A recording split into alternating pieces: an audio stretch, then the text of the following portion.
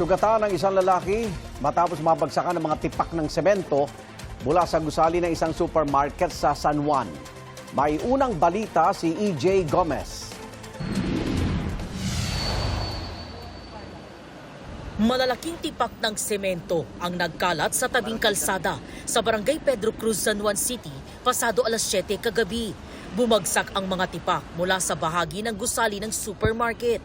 Natuklap din ang bahagi ng kisame. Bigla lang kumalabog, ma'am, na pagtingin ko sa kaliwa, bumagsak na pala yung namin, finishing na semento. Buti na lang yung banda rito sa may kalsada na walang tao, kaya walang natamaan.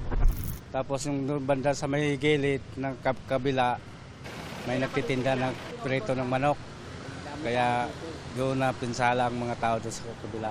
Buti na lang yung sa driveway parking, walang lumalabas na sasakyan kaya walang napipinsala. Narinig ko rin po yung pagbagsak mo ng mismong yung parang kisame. Malalaki po yung naging crack ng pagkakahulog at saka yung bahagi ng malalaki pong bato o at saka bitak.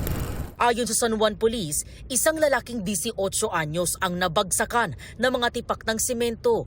Dinala siya sa ospital matapos magtamo ng bukol sa ulo at mga sugat sa kanang balikat at kaliwang paa ayon sa pulisya. Wala pa siyang pahayag.